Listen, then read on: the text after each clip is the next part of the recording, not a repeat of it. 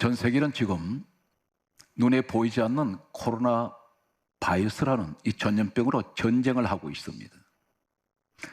모든 사람은 예외가 없습니다. 바이러스는 눈에 보이질 않습니다.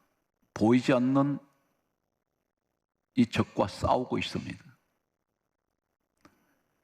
마찬가지로 이 세상에는 두 세계가 반드시 존재하고 있습니다. 코로나 바이러스가 눈에 보이지 않지만 분명히 존재하고 있습니다. 영적 세계가 분명히 존재합니다. 육의 세계는 우리 눈으로 보이는 세계를 의미하고 있습니다. 우리 성도들을 보게 되면 담임 목사인 제 눈에 대단히 똑똑한 분들이 많이 보입니다. 이분을 보면 참 재능이 뛰어난 것 같습니다. 그분이 가지고 있는 잠재적인 자신도 모르는, 자신도 발견하지 못한 잠재적인 능력이 있는 것을 제 눈에는 보일 때가 있습니다. 그런데 이분들이 하는 일들이 늘 실패를 거듭하고 있습니다. 냉정하게 원인을 보게 되면 이분이 잘못이 아닙니다. 여기서 우리는 무엇을 원인을 찾게 되냐면 반드시 인생의 모든 실패와 성공에는 원인이 있습니다. 열심히 노력을 했는데 얻어지는 결과는 처절하게 패배해버려 있습니다.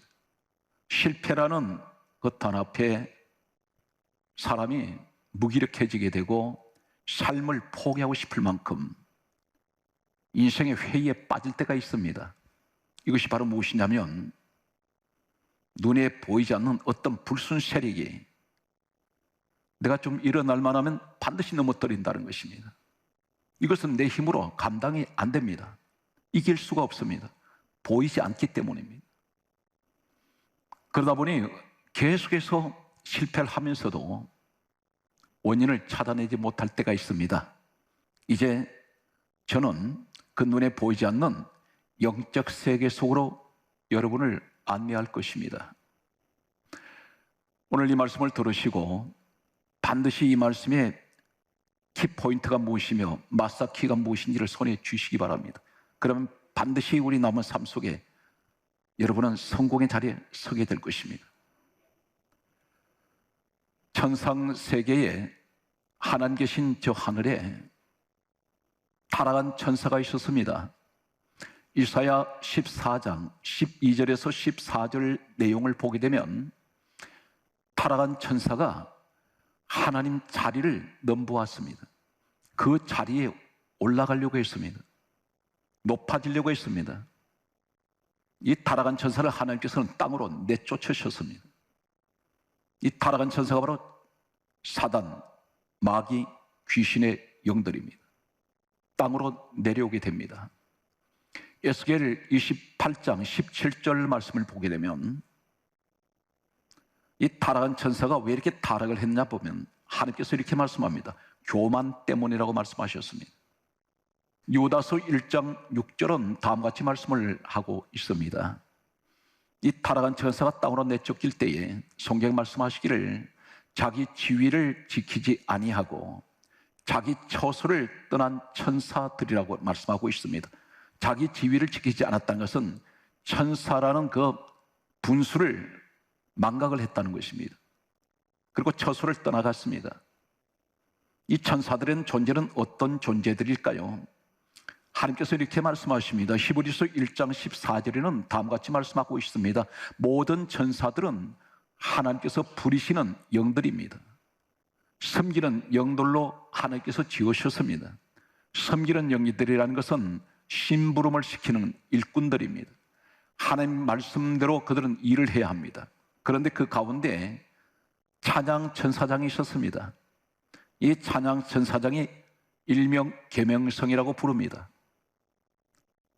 이 타락한 천사는 바로 찬양 천사장이었는데 교만해졌습니다. 가장 하나님께서 귀하게 창조하시고 만드셨던 이 천사가 바로 타락한 사탄, 마귀, 악령이 되었습니다. 이 타락한 천사가 땅으로 내려왔을 때 가장 먼저 한 것이 무엇일까요? 창세기 3장 1절에는 에덴 동산에 뱀이 등장합니다. 하나님께서 최초로 지으신 에덴 동산에 하나님께서 최초로 만드신 창조하신 아담 하와 최초의 사람 아담 하와에게 뱀이 접근을 하게 됩니다. 이 뱀을 가리켜 계시록 12장 9절에는 옛뱀 곧 마귀라고도 하고 사단이라고 하는 온 천하를 꿰는 자였습니다. 아담 하와를 유혹을 했습니다. 선악과를 하나님께서 먹지 말라고 하셨는데 그 선악과를 먹게 만들었습니다. 이 사단 마귀가 악한 영이 아담 하와에게 무엇이라고 말하냐면 창세기 3장 5절에는 그 선악과를 먹으면 하나님같이 된다고 했습니다. 그 말에 먹었습니다. 오늘 성경 말씀은 계속해서 우리에게 다음 같은 말씀을 하고 있습니다. 이 땅에 하나님께서는 사탄 마귀를 땅으로 내쫓으셨을 때에 아담 하와에게 죄를 짓게 만들게 됩니다. 그런데 죄를 지었던 결과는 어떻게 되었을까요? 누가복음 4장 5절에서 6절 말씀을 보면 성경은 다음과 같이 기록을 하고 있습니다. 이 마귀가 예수님께 다음 같은 말을 합니다.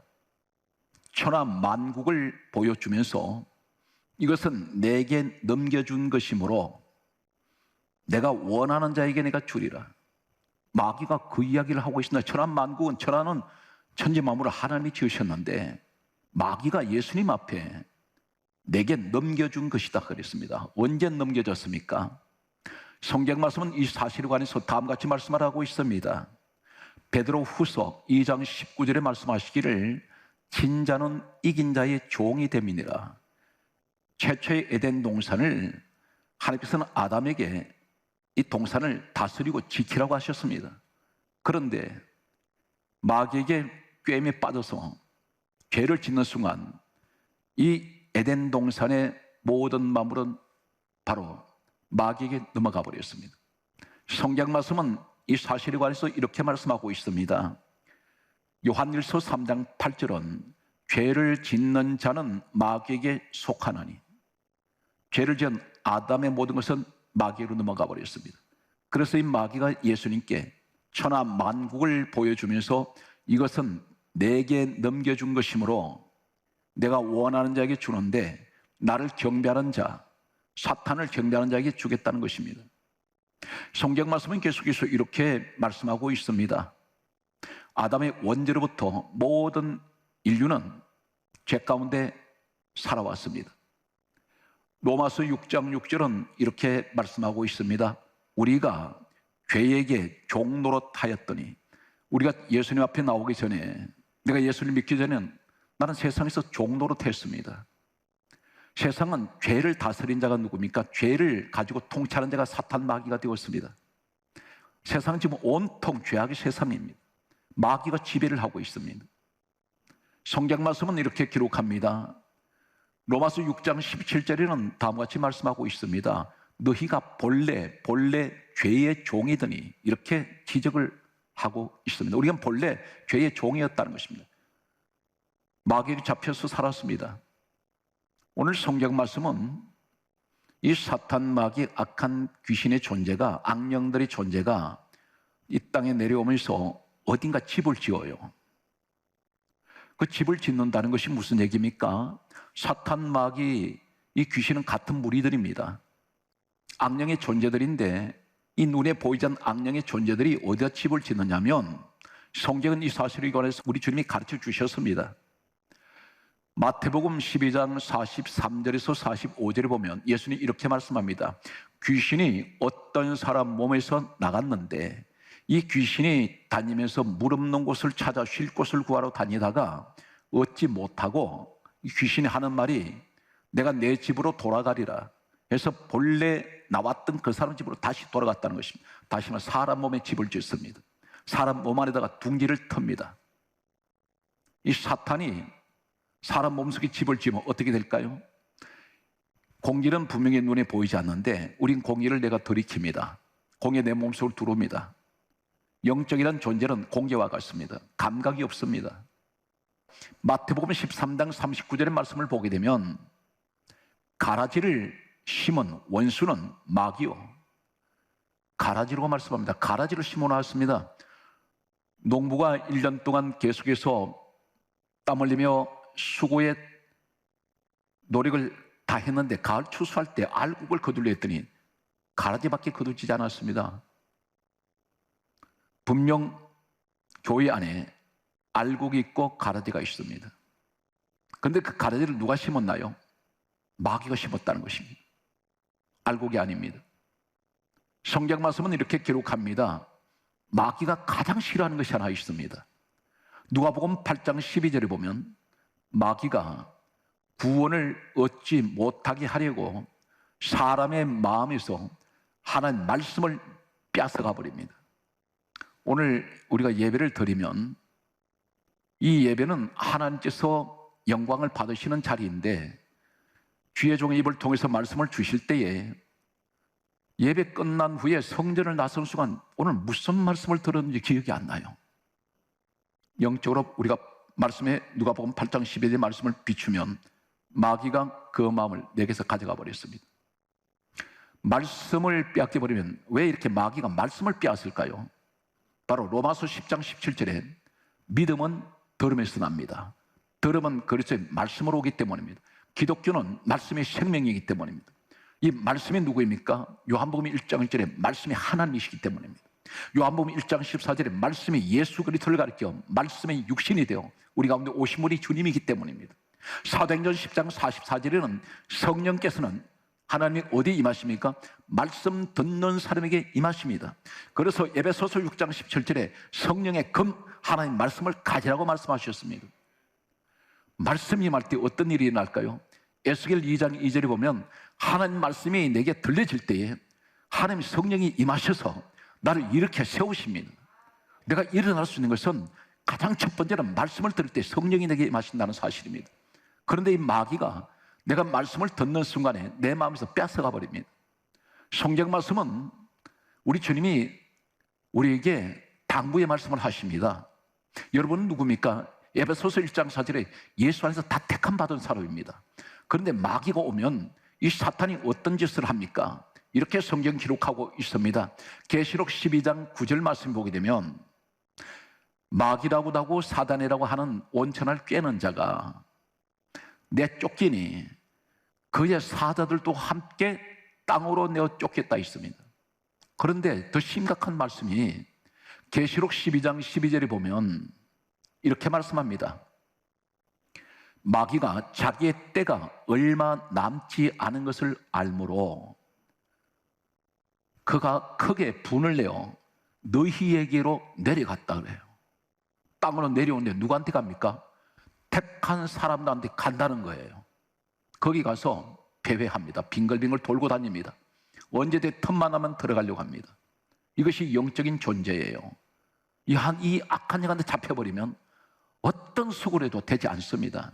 이 사탄 마귀의 존재는 항상 깨뜨리기를 좋아하고 찢어버리기를 좋아하고 나눠버리기를 좋아하고 전부 가는 데마다 파멸을 시킵니다. 반면에 우리 예수님은 오신 목적이 뭡니까? 전부 죽은 자 살리러 오셨습니다. 사망 가운데 생명을 주러 오셨습니다. 성령님이 오신 목적은 기쁨을 주러 오셨습니다. 그런데 사단 마귀가 하는 행동은 전부 반대입니다. 성경 말씀은 예수님께서 당부하시기를 마태복음 24장 24절에 이렇게 말씀합니다. 할 수만 있다면, 마귀가 할 수만 있다면 택한 자를 미혹하리라고 했습니다. 할 수만 있다면 이 말이 무슨 말입니까? 우리 주님이 하시는 말씀은 수단 방법을 가리지 않고 하나님께서 택하신 천국에 갈 백성들을 미혹을 시킨다. 미혹이 어떤 겁니까? 아름다울 밑자를 사용하고 있습니다. 누구를 통해서 넘어뜨리나요? 가장 가까운 사람들을 통해서 나를 시험 들게 할 때가 있습니다. 나를 넘어뜨려 버립니다. 이단으로 끌고 가게 만듭니다. 그러면 실패해버립니다. 우리 주님이 그렇게 당부하셨습니다. 성경 말씀은 이렇게 말씀하고 있습니다. 누가복음 22장 31절에 말씀하시기를 주님이 또 이렇게 말씀합니다. 사탄이 너를 밀가부로 타리라. 밀가부로 타리라. 이 말이 무슨 말입니까? 밀타작 추수하고 나면 키질을 할 때가 있습니다. 여기다가 타작한 밀을 담아가지고 키질을 합니다. 그러면 공중에 올렸다가 떨어뜨리고 올렸다가 떨어뜨리면서 이렇게 계속하다 보면 사탄이 우리를 향해서 그렇게 한다는 것입니다. 가지고 논다는 것입니다. 올렸다 낮췄다가 올렸다 낮췄다가 그러면 이게 알곡이 이리 튀고 저리 튀고 이렇게 뒹굴고 저리 뒹굽니다. 사람을 완전히 어지럽게 만듭니다. 인생을. 이것을 우리 주님이 우리에게 가르쳐 주셨습니다. 사단 편에 선 줄 몰랐는데 내가 사단 편에 서 있었어요. 사단을 도와주고 있었습니다. 사단 마귀를 내가 돕고 있었다는 것입니다. 그것이 뭐냐면 디모데전서 5장 13절에 이렇게 말씀합니다. 게으름을 익혀서 집집마다 돌아다니며 쓸데없는 말을 하고 일을 만들며 마땅히 아니할 말을 하는 사람이 있다. 이 사람들은 디모데전서 5장 15절에 이미 사단에게 돌아갔다 이렇게 말씀합니다. 사단 편들고 있다는 겁니다. 나는 주 하나님이 일하는 줄 알았더니, 나는 천국 백성인 줄 알았더니 성경이 이렇게 지적합니다. 디모데전서 5장 13절을 자세하게 말씀드리면 게으름을 익혀버렸습니다. 익혔단 말은 습관이 되어버렸어요. 코로나 바이러스라는 것이 우리를 영적으로 완전히 게을르게 만들었습니다. 스마트폰만 켜면 동영상으로 예배를 드리고 있습니다. 우리는 방역 수칙을 철저하게 지켜야 됩니다. 그런데 이것이 장기화되다 보니 성전에 대한 사모함이 없어져 버렸습니다. 성전에 나온다는 것이 귀찮아요. 기도하는 것이 게을러져 버렸습니다. 이게 몸에 배어버렸어요. 습관이 됐다는 것입니다. 그러다 보니까 뭐가 남느냐면 집집마다 돌아다니는 이 말이 뭡니까? 지금 사람들과 격리가 되는 상태에서 전화를 이 집 저 집으로 하면서 뭘 하느냐면 쓸데없는 말을 한다는 것입니다. 이 쓸데없는 말 속에 어떤 소리가 입니까? 유익한 말이 하나도 없다는 것입니다. 전부 남 지적하고 비판하고 심지어 부부가 부부 사이를 남편이 아내를 아내가 남편을 다른 사람들한테 전부 흉을 보고 있는 근데 계속해서 교회가 왜 문제가 없겠습니까? 별별 사람 다 모이는 곳인데요. 그런데 그걸 오히려 더 털어버립니다. 먼지만 푸석푸석 일어나게 만듭니다. 그러면서 일을 만든다고 했습니다. 사람을 자꾸 시험 들어서 넘어뜨리는 일을 만들고 그리고 마땅히 하지 말아야 될 말이 있는데 그런 말을 계속해서 거침없이 쏟아냅니다. 사랑하는 성도 여러분, 이 코로나 바이러스가 1년 장기화 되다 보면 어떤 현상이 일어나나요? 여러분 누구누구의 잘못이 아닙니다. 전부 피해자입니다. 지금 코로나 바이러스로 인해서 전부가 스트레스가 있어요. 눌려 있습니다. 그런데 무심코 내뱉는 가족 간에 던지는 말 한마디가 날카로운 비수가 되어서 상대방이 들을 때 심장을 찔러버립니다. 얼마나 아픈지 모릅니다. 이때 분노가 폭발하게 됩니다. 코로나 바이러스가 한 1년 지나가면서 이 가정 불화가 폭발합니다. 지금 이럴 때 우리는 어떻게 해야 됩니까? 마땅히 하지 말아야 할 말을 하지 말아야 됩니다. 이것이 어느 편에 선다는 겁니까? 그것이 오히려 마귀를 도와준다는 것입니다. 쓸데없는 말하고 일을 만들어내는 사람들이 있습니다.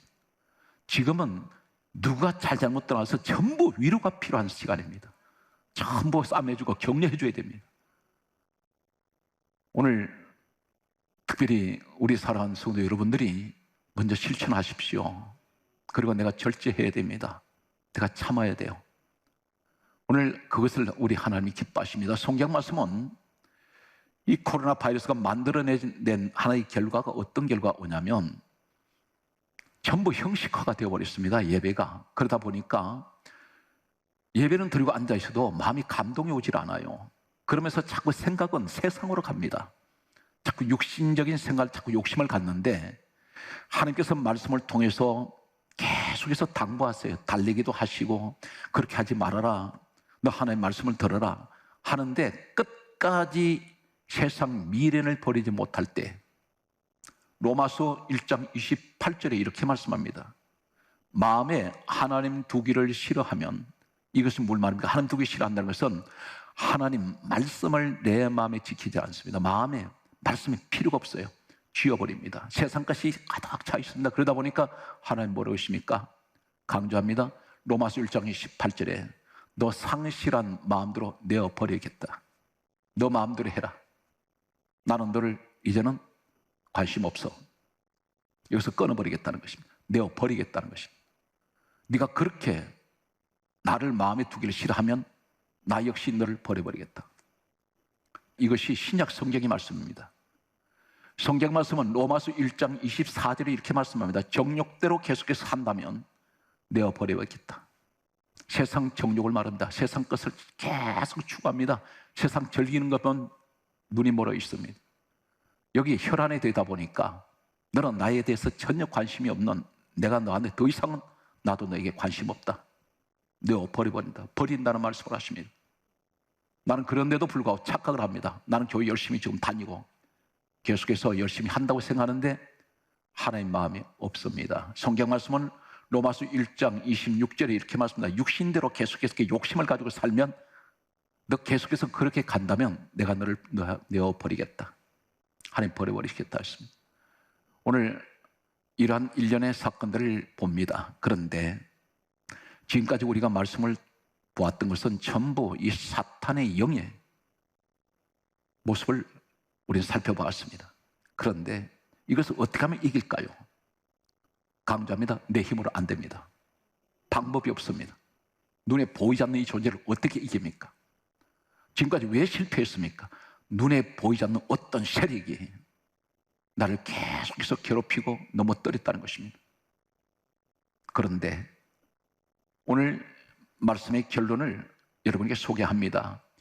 요한복음 12장 31절에서 32절에 보면, 특별히 31절에 예수님께서 이렇게 말씀하셨습니다. 이제 이 세상에 심판이 이르렀으니 이 세상 임금이 쫓겨나리라. 우리 주님이 그렇게 말씀하세요. 임금을 쫓아내겠다 했습니다. 누구 임금? 세상 임금입니다. 그러면서 하신 말씀이 요한복음 12장 32절에 내가 땅에서 들리면 모든 사람을 내게로 이끌겠노라.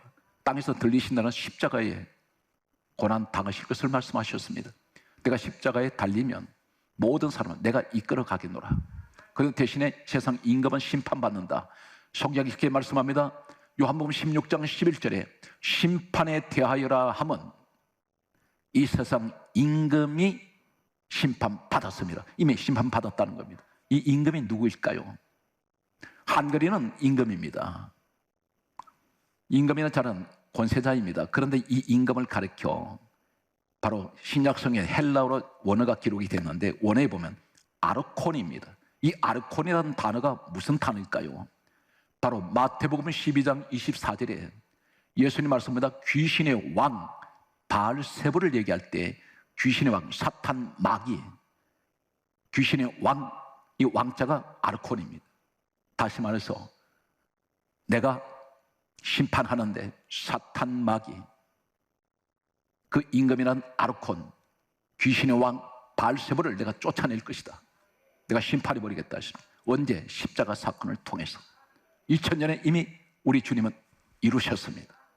이제는 이 믿음을 내가 가져야 돼요. 어떻게 말씀합니까? 성경이 이렇게 강조합니다.